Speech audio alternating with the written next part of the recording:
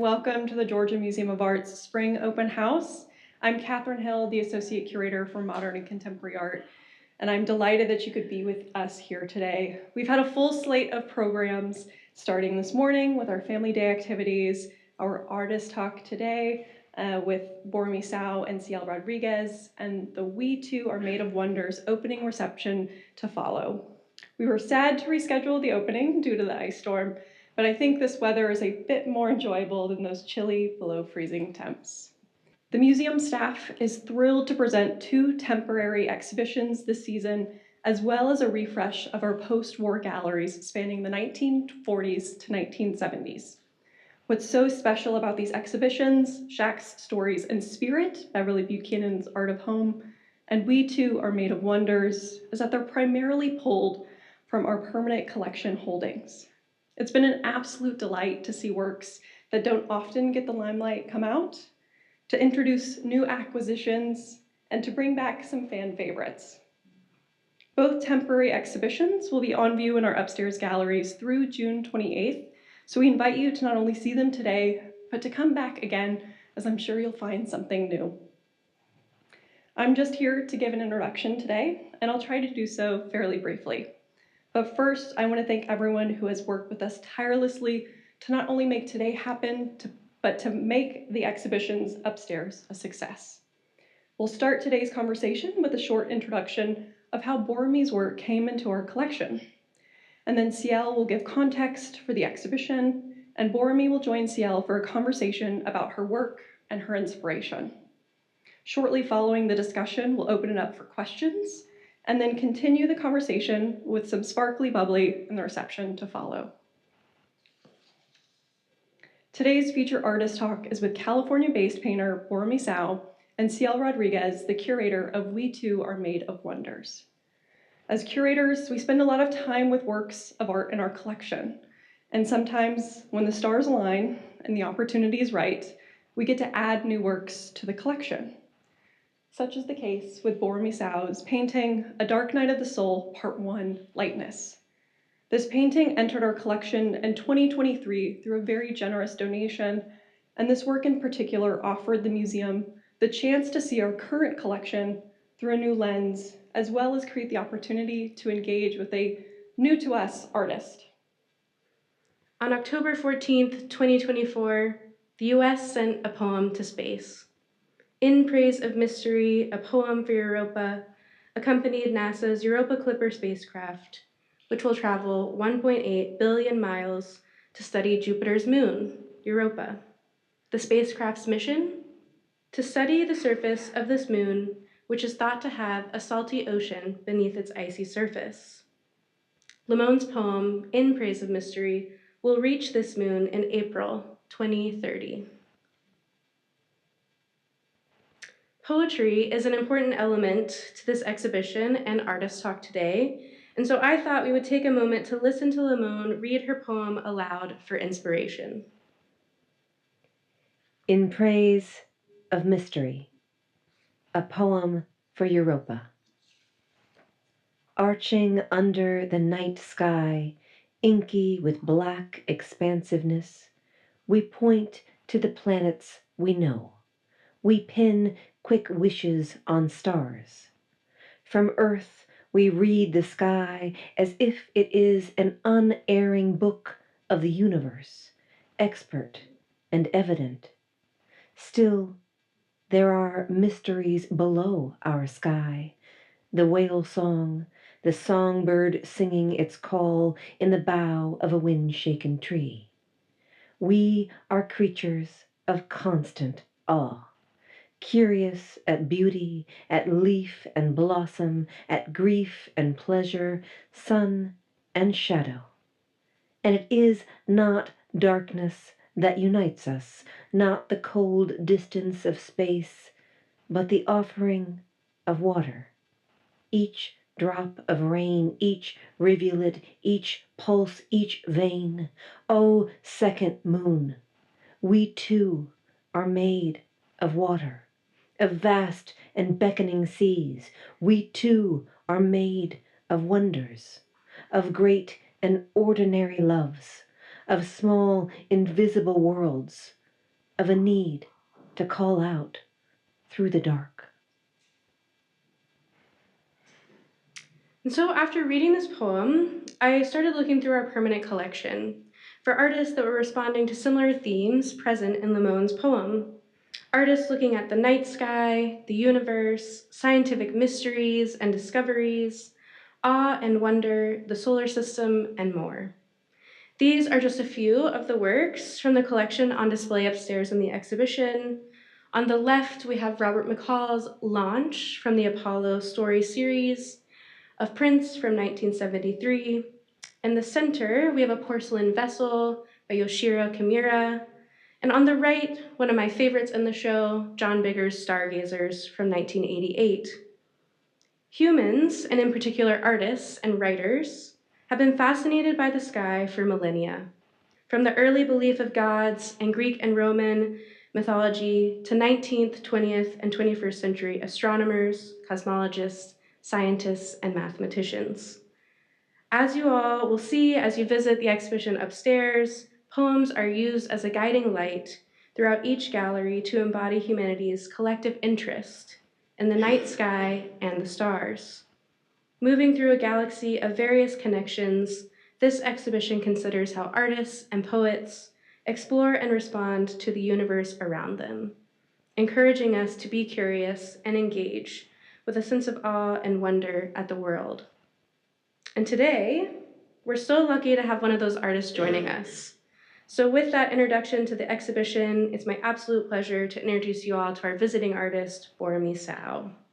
Boramie Sao is a self-taught Cambodian American artist from Long Beach, California. She previously lived and worked in Taos, New Mexico. Boramie reflects upon the challenging landscapes of the high desert and ties a deep symbolism to any life that persists through the most tumultuous elements. She connects this symbolism to her heritage and ancestry, where the family stories passed down from her elders inspire the work she creates today. These intimate lessons she grew up with lie at the heart of her work, which would be left untold if not through oral or shared tradition. Sao's acute observation of her environment and the meditative practice that has developed throughout the years of painting gave her an understanding of balance and a profound appreciation for beauty within the natural world. The inherent stillness she strives to capture through her use of symbols, textures, colors, and organic forms are meant to tell these stories in subtle, interpretive ways. Sao's titles work in a narrative form, gesturing at a hint of her own experiences while leaving space for the imagination. Her intuitive color palettes and unique use of shapes dwell in the depths of each piece, leaving the viewer to question whether it is meant to hide or reveal something beyond the surface. Please join me in welcoming Boramie Sao to the stage.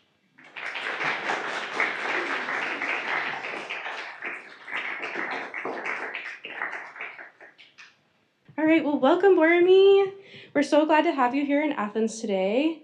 I wanted to start off the conversation with you telling us a little bit about yourself and your art practice, how or when you realized you wanted to be an artist, and what does your studio practice look like? What inspires you? Hi, Ciel. Thank you so much for having me. This is my first time in Georgia, first time in Athens, so it's all new. So my studio practice, I'm a self-taught artist. I grew up painting and drawing since I was very young. So I always kind of knew that it stuck with me at an early age, and I knew that it was going to be a part of my life for a long, long time. It was one of the things that made sense to me, even as a young kid, where the world is very big and you're very small. And it's the one thing that made sense, and I was able to really have a space to express myself and to create in a way that I didn't think that I could. I feel like it allowed me to just be who I was, and figuring that out very young I wanted to just pave my own path and kind of see where it took me. So from California, I moved to Portland, Oregon. I was there for about 9 years. Did a lot. I actually put painting on the side. I didn't focus on it. For some reason, I put it on the back burner, and I think it had to do a lot with my environment. I'm very, very inspired by my environment and where I am. And in Portland, I've explored other things, actually. Writing and poetry a little bit is where I kind of, that piqued my interest then. And then it wasn't until I moved to New Mexico in 2020, so at the start of the pandemic, I was able to really hone in on the work and hone in on my craft and revisit something that I thought was maybe gone. So I was actually really afraid of going back to something that I knew was going to be there, and it was, I treat it like an old friend. I was like, will I see this friend again? And so I got back to Taos and was in working out of my studio for the last 6.5 years, and I lived and breathed it. I was working and living in my loft apartment. Yeah. Amazing. Can you tell us a little bit more about why New Mexico was kind of calling to you? What was your kind of transition from Portland to New Mexico? It's interesting because before I moved to New Mexico officially, I only visited once. And it was always a place of interest for me. And I found out about Taos specifically through the grapevine of, culture and art. The first artist that I knew at the time when I found out about New Mexico was Georgia O'Keeffe, when I was very young, probably 10 or 12. And so the image of her work really stuck with me. It kind of allowed me to see things in a really organic shape, which I didn't have like a reference to before, like not growing up in the desert and spending very little time in the desert. It was very interesting to me. It was just a place that I was enamored by. And I visited once before moving out there, I think in 2019, and then took the plunge during the pandemic and just packed up my car and left. And didn't look back, and it was the best decision of my life. I think it really allowed me to explore a part of my art and craft and myself and just heal in a lot of different ways out there. Can you tell us a little bit about the early work you were making out there? What were kind of the first threads of inspiration or color or response to the landscape? Yeah, it was during a lot of transition. Like I said, I moved from a place that I didn't feel super inspired by to a place that I was essentially dreaming about forever. Like it took me almost 10 years to finally get out there. The work, my earlier work, like the first couple of years, I was really just exploring again. I was getting reacclimated to a new space, a new, home, place that I didn't know that I would stay very long, didn't know what was going to happen. And so it was all through, a very intuitive, just feeling everything around me. And the colors are very different. I mean, just through looking through my series of work, the work's evolved and changed a lot over the years. But the earlier pieces are very neutral and neutral and reflect a lot of like the natural world. The environment out there is really subtle and soft, and it can also be like very harsh. And the colors are magnificent. Like if you've ever been out there, or just if you've ever seen something and it just sticks with you, it's very much reflects my experience in the earth and just in the nature. I love it. I'm really curious what your day-to-day practice looks like. Are some days in the studio sketching or outside sketching and then coming into, full-fledged painting coming to life? Tell us a little bit more about your routine. Yeah, my routine changes a lot. I wish I could say that I was, woke up at 5 a.m., did the thing, went to the, worked out, and, if I can get a cup of coffee on the table before I start working, then I'm in a good spot, which sometimes doesn't happen. And when I was living in Taos, my studio was set up in a way, like it was a studio work loft apartment, which I was so lucky to live out of. And I had a big view of the mountain, huge window, and just like straight to the mountain. So waking up, I'd climb my ladder to bed basically, and then my studio was on the level where, like, the ground level. So I was literally like living, breathing, not eating the art, but it was there.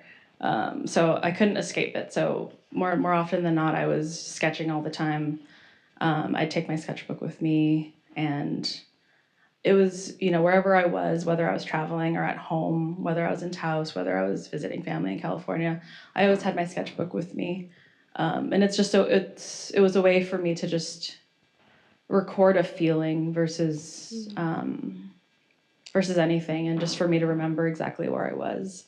And from there, my practice changes every time I kind of pick up the pen and put it down. And I work in spurts, so there'll be moments and months out of the year where I'm not working at all. And sometimes that's hard because, inspiration, it's hard when you don't feel inspired to do something and to create something.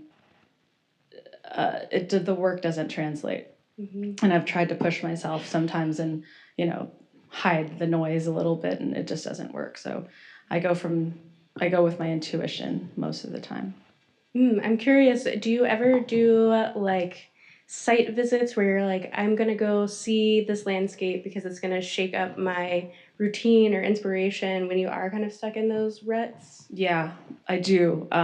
Mostly just for my own mental health, just to be in a different space, as beautiful as the place was where I lived. Just like anything can feel stagnant. Anything can kind of feel like you've seen it too many times.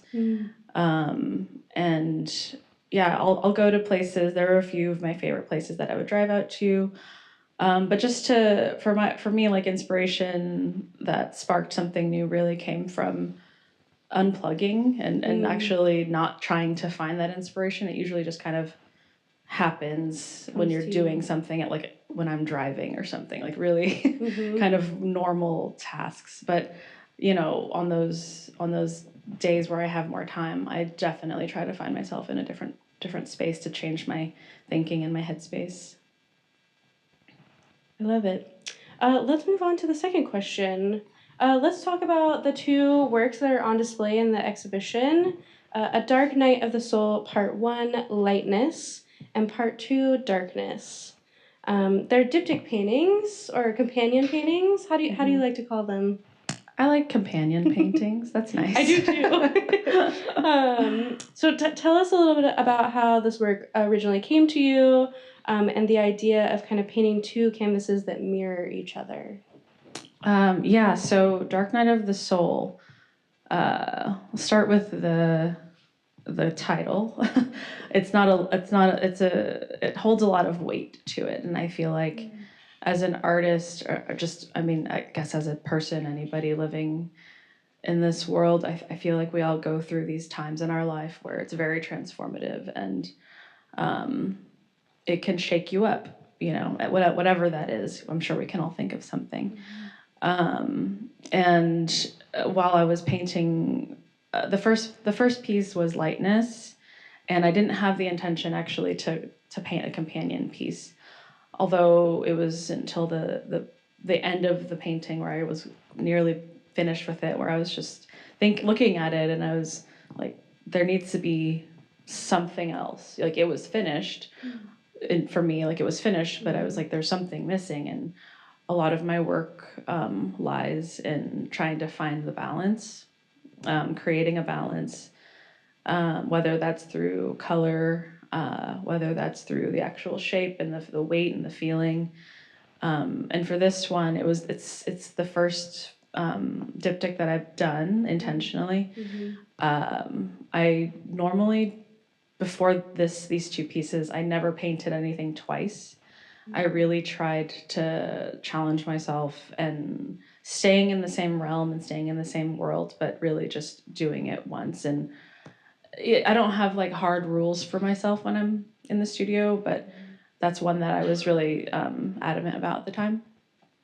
And it, actually that's changed since then, but more on that later. And so yeah, lightness came first, darkness came as a mirror image to balance it out essentially. But for me, it really evokes, it captures a feeling that I had at the time, of just, kind of seeing the light at the end of the tunnel and like kind of is basically going through this dark time and trying to seek out and hold on to something that was a little bit lighter. I really love the idea of the lightness and the darkness balancing each other. With the themes of the show, I'm really curious if that also kind of ties into day and night to you at all, especially with there is kind of a thread of the moon in your works. And so does time of day kind of play into that? Yeah, that's a great question. It does. Kind of going back to what I was saying earlier about my environment being a really big factor in my work as far as just like the natural beauty and everything that's around me. I picked up a lot of the palette from right outside my door. A lot of those colors were seen every single day. You wouldn't think so, but it's kind of crazy how stark in contrast the colors are. Like the sky is a very specific kind of blue, but it's changing every second, and you can blink and then something else just changed. And I don't know, like I like to just think of Taos's sky because it's a lot of it, and it changes so rapidly. So I was really trying to mirror the work itself and have it reflect where I was mentally and how it transpired through like the nature. Yeah, it very much matches at least where I was then. Yeah. Well, speaking of the moon as a symbol that repeats in your work, I'm curious if you can tell us a little bit more about your color choices and the shapes that you choose to create. Do these colors and shapes stand in as symbols that hold meaning for you? Yeah, actually, the moon is very symbolic to me. It's a special just thing that exists in the world. It's also, my name translates to full moon, which was given to me by my grandparents. So it's something that I hold with me. And I think that as a symbol shows up in my work a lot unintentionally. But I like to treat the circles and the dots and all of those. Most of the times, it's in the work as an energy. It moves like an energy. It kind of moves the eye in a certain way, and it allows the viewer to see it as a whole. It really completes the work for me when I'm working on new pieces. And although the style changes, there's these little elements of like the dots and the moons and the suns. But the actual shape itself doesn't ever mean one thing. However, in Dark Night of the Soul, there's in darkness, there's the new moon. At the time I was in the phase, and so it was the new moon and then the full moon in both paintings. Yeah.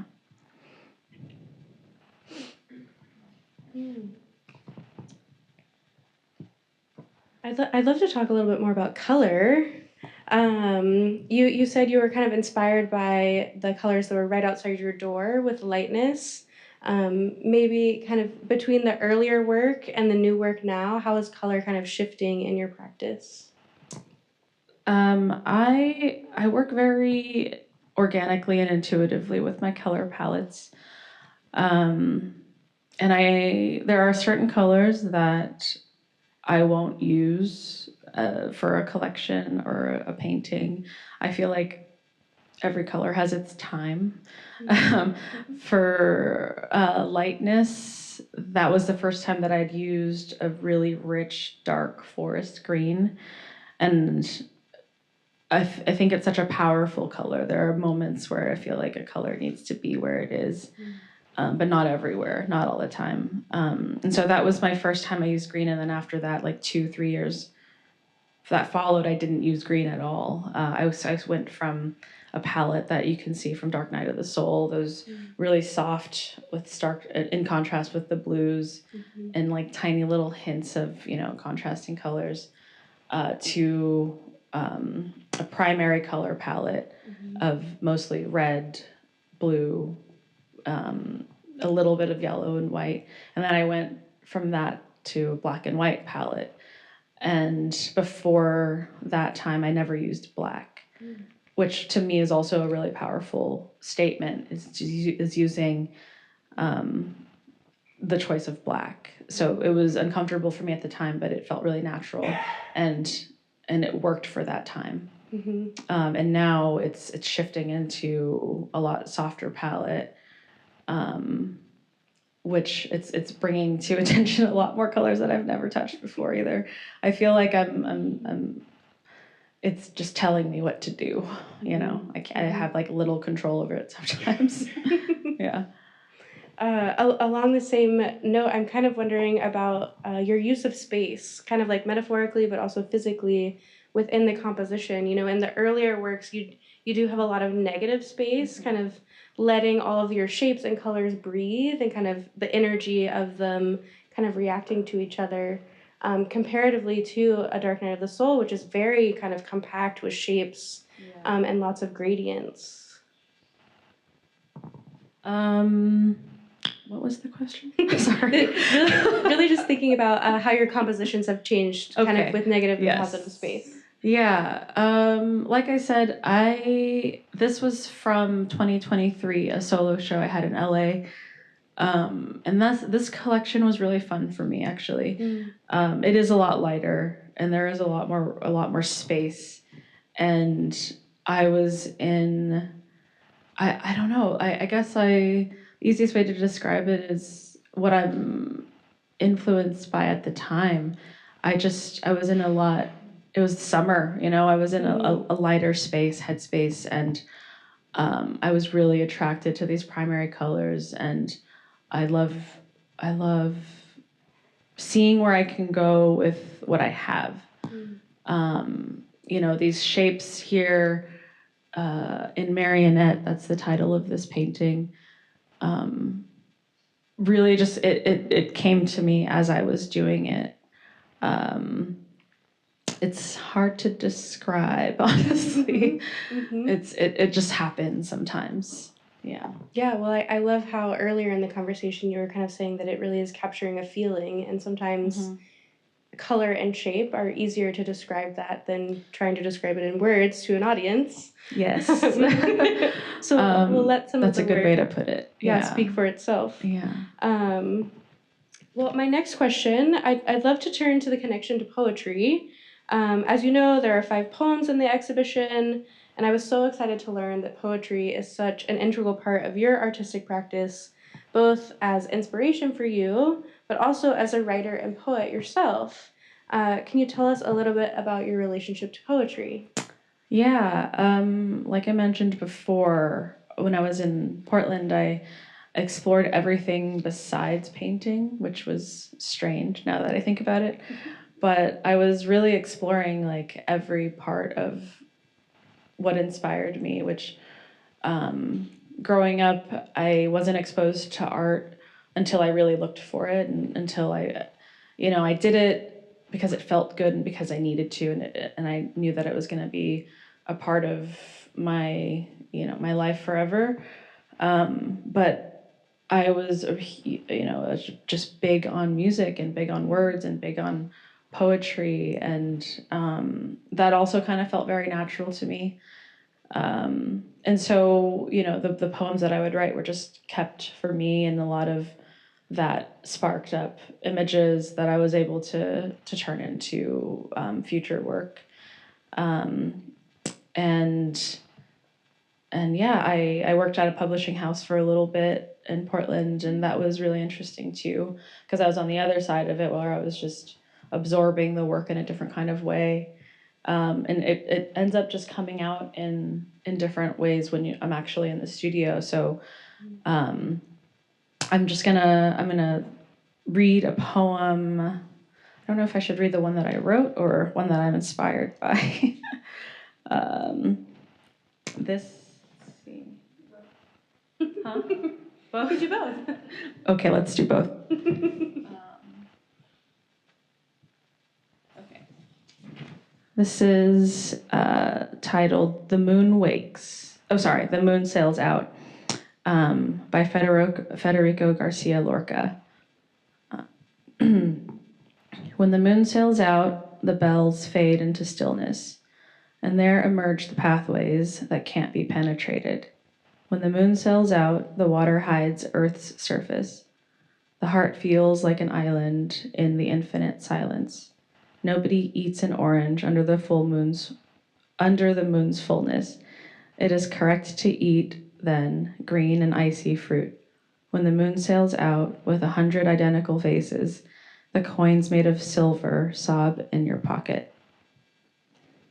And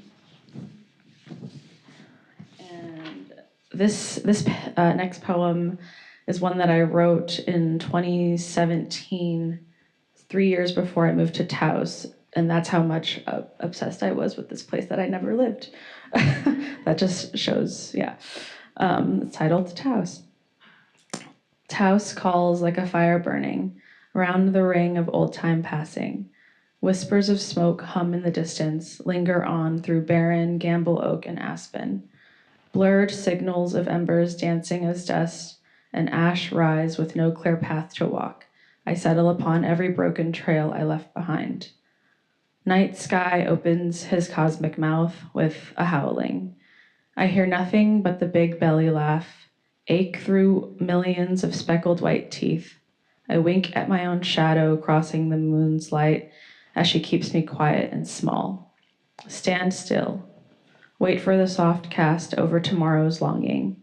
The wind carries me to a place where I am everything and nothing that exists around me. I am full and I am light in this vast empty space I call home. I haven't looked at that in a long time. Yes, so poetry it was a really big part of my life. I practiced it a lot more before. And the way that I weave it into my paintings will be through various ways, through titles, through little lines, through things that just really stick out to me. And what I love about poems is that they feel like paintings to me because of just the shortness of it and how much you can actually pack into such a small poem. It's not all poems are small, but, and when you compare it to a novel or a book, it just feels like you get so much imagery and so much color and so much vibrance from a poem that for me is visually really stimulating. Like in my mind, I'm seeing all these colors and images and these scents and these smells. Yeah, so it's just something that I naturally was able to relate to it.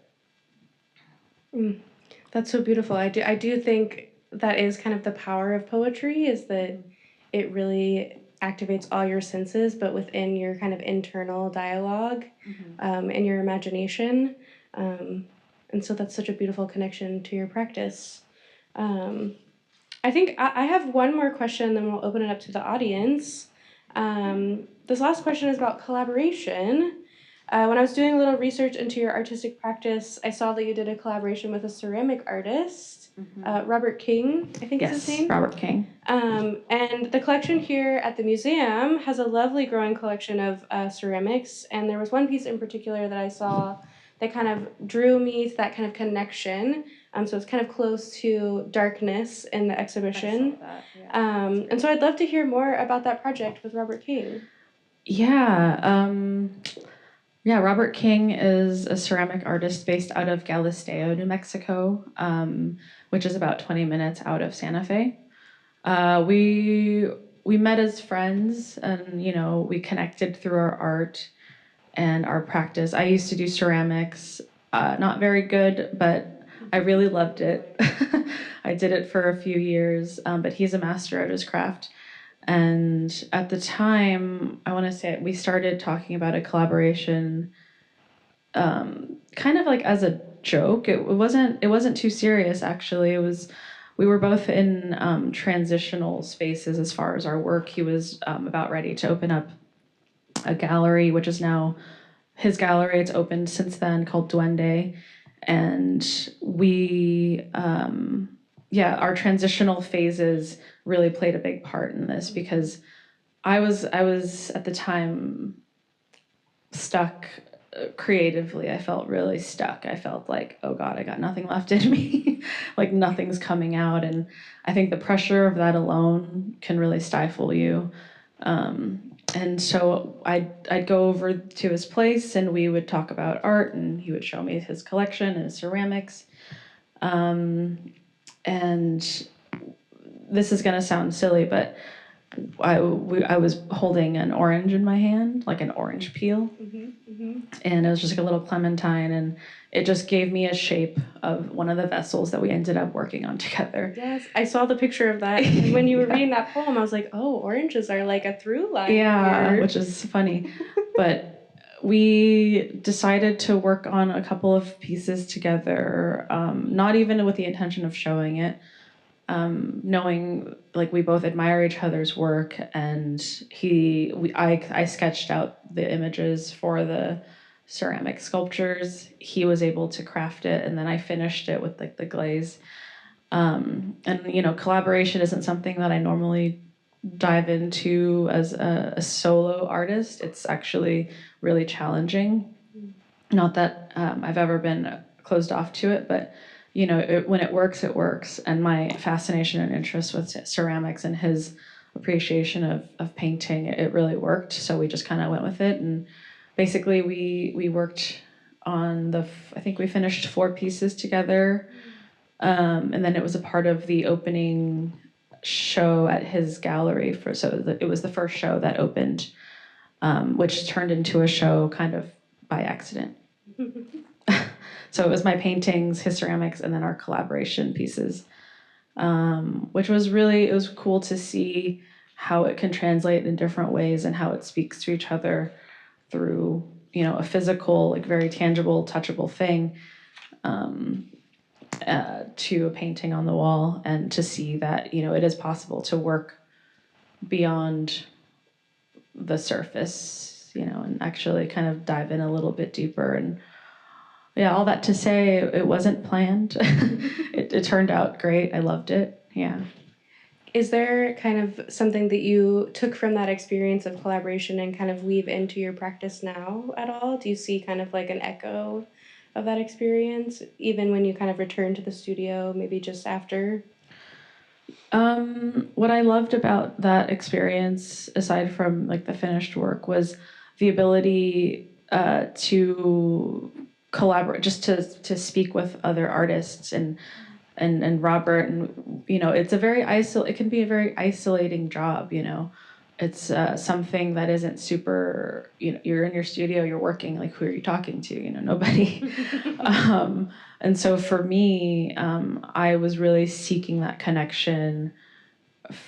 Leading up to that show, I was actually very interested in salons that artists would hold back in the day, just like old school salons where they'd come together and talk and just exchange, and it wasn't super formal, and it was fun. Like sometimes the art plus the fun doesn't really happen all the time. Like you see the beginning, you see the end, you see the finished product basically, but in between it's not as fun as it looks. And it's very isolating sometimes. And so I was kind of going around in a circle right now, but that collaboration really helped spark up the idea of like, I'd love to recreate a salon. So I actually had, I did that in Taos, where in the winter it's really dark, or it's very cold, and so people are staying in their homes. And I reached out to anybody that I knew, artists, friends, whether they were painters, writers, ceramicists, movie makers. Just there's so many people out there that are doing really cool stuff. And I just invited them over to my house, and we had some wine, and we talked about art, and just like or didn't talk about art, and it was fun to just be there and be present. And so that was something that I take with me, that I hope to like continue on, is to continue that conversation and have it with friends and people that I know, and because I think we all need that. Yeah. Yeah, absolutely. I think that's a great moment to kind of transition to the audience for questions. Does anyone have a question for Boramie? I have more if you don't. Yes. So I do see Georgia O'Keeffe when I look, and knowing that you're both in New Mexico, that makes a lot of sense. Loading palettes and that very clean lines. But who else has been from long ago perhaps, and maybe somebody recent that we don't know? Ooh, good question. Like inspirations. I have a few. I really love Calder's work. I mean, you can kind of see the reference there. Yeah, I love Calder. I love an artist named Miyoko Ito, who's a Japanese artist from the early 20s. She lived in San Francisco San Francisco, I believe. But her work is actually reflective of a lot of the colors and the feeling that I'm working in right now, and the world that I'm working in right now, which feels a lot more spiritual, less lines, a lot more, I don't know how to describe it, just very fluid, and it's moving, and it's softer. And I guess today, there's so many artists today, it's hard to keep track of. I guess more recently, we were just in the permanent collection, and there was a piece that stood out to me that reminded me of an artist that I really love, because at the top of my head, there's too many. But Maya Ruznik, she's a Bosnian artist, also lives in New Mexico as well. I really admire her work. She has so many different layers, and is able to do the abstract and figurative at the same time. It's crazy. Her work is amazing. I love her work. Yeah. Any other questions? Yeah. You mentioned how some of your poetry is evident in the titles or some of the imagery. When you read your poem, I could see it. I can see it as a painting. So I'm wondering if you have ever or would ever consider creating companion sets of your poetry with painting, including marrying those two arts together, or if you prefer to keep them separate. That's funny that you mentioned that, because in the slides there's a few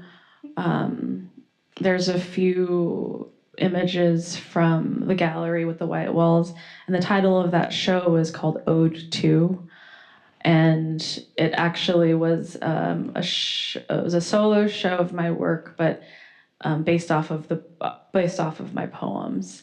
Yeah, so I try to play with it and have it go hand in hand. But I think in the future, it is something that I would like to really reestablish. And I have been thinking a lot about the poetry as one thing, and then art as the paintings as another, but a way to weave that and do it again, but in a slightly different way. So to answer your question, I did something similar, but not fully. So I would like to revisit that. Yeah. Anyone else? Yeah. I'm curious how LA is for your art. I'm still figuring that out.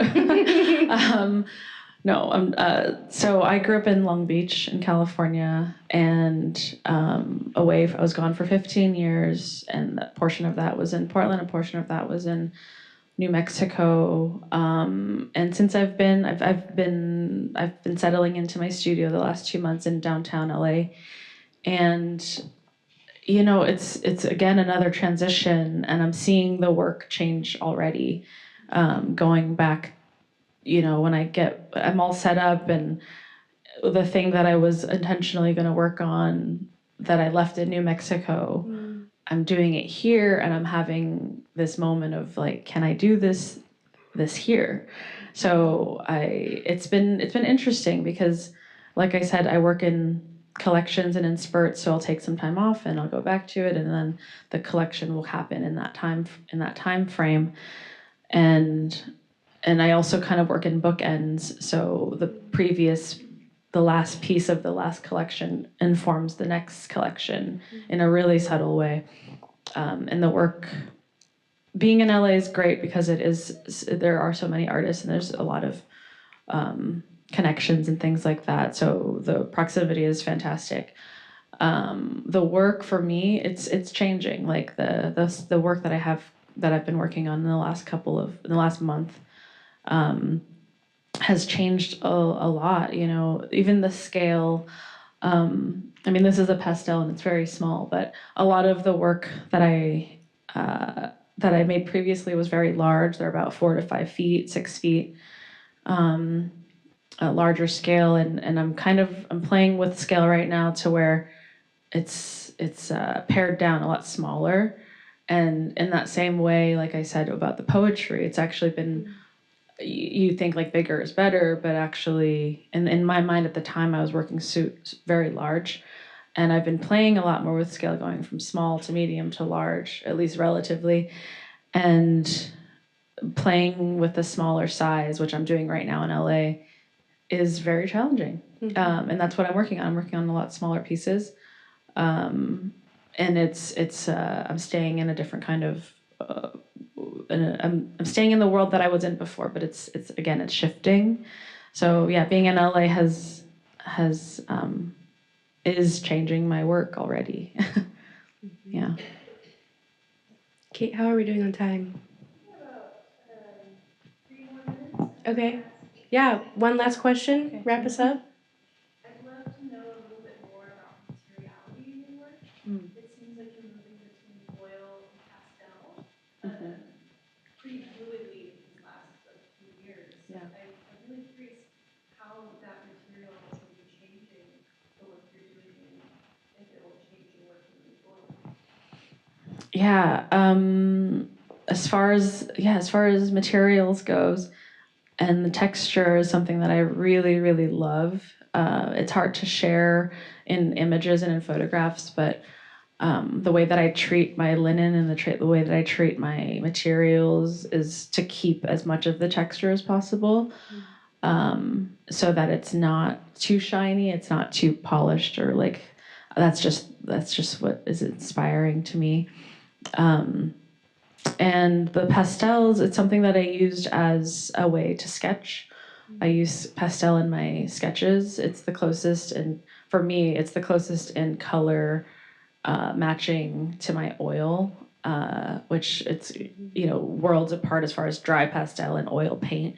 But I started playing a lot more with it recently too, because it really only shows up in my early work a little bit, with certain lines and things like that, to draw attention. But I have been using it a lot more. So it's always there before it was as a sketch, and now it's becoming a lot more part of the finished piece. Yeah. Yeah. Well, thank you, Boramie. This has been wonderful. Thank you. Thanks so much. Yes.